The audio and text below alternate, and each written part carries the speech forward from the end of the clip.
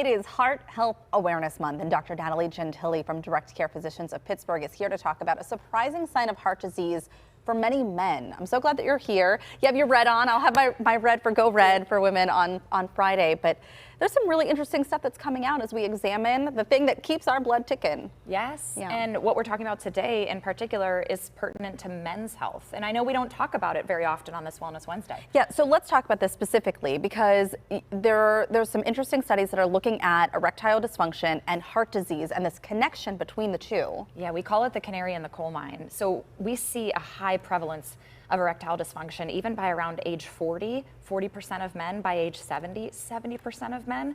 These statistics are staggering.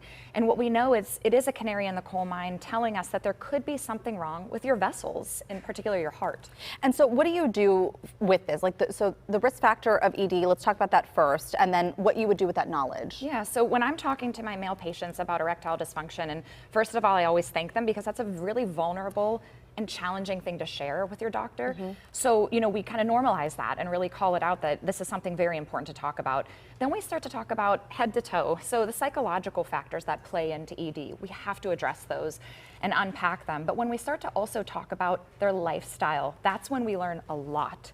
How are they eating, moving, sleeping? What's their social support like? These things really tell us about their heart health and their vessel health.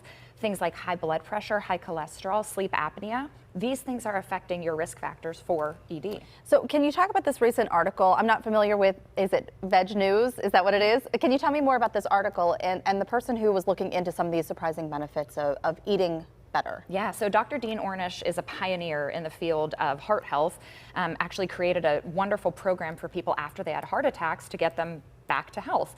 So he talks about how there is this tie between what we're eating, in particular an increase in plants. So fruits, vegetables, nuts, seeds, legumes, and how these phytonutrients or plant nutrients affect ED risk and can affect our heart health as well. It's real. Now, and are we talking even kind of rolling back some of the problems? So if you start eating this way, are we going to start to see improvement in other areas, our heart with ED factors? Yes, so it's not only helping to reduce the risk of onset, which ideally is where we want to be preventive, but also if you can incorporate these habits once you even have ED, and some of these people, we see better results than taking medications. And so we get, return of erectile function, even in, percentages or degrees of improvement. That can be a game changer in a relationship. What are some of the other things that men can be doing in this area outside of just eating a plant-based diet? Yeah, exercise. Strength training, exercise, absolutely crucial. We know that that's going to help our heart health. We know that's going to improve our vascular function. Also, mental health support. So, especially, let's talk about that age range, 40s on. People in a relationship start to experience a lot of difficulty. Men and women are going through a lot of changes in those times of life, and mental health plays a huge role in erectile dysfunction. And so addressing that and attacking it head on, there are resources out there for men to get mental health help. Well, and you even focus on this head to toe, right? Coming to your doctor first with that information. Is there any way to kind of ease into that? Because I think it's going to be a hard thing to say even out loud. Yes. So a lot of times, if you go into the doctor, maybe there's somebody asking you, like, how's your mental health? How's your relationship? How's it going with your partner or your spouse? And you can say something to the effect of, intimacy has been challenging.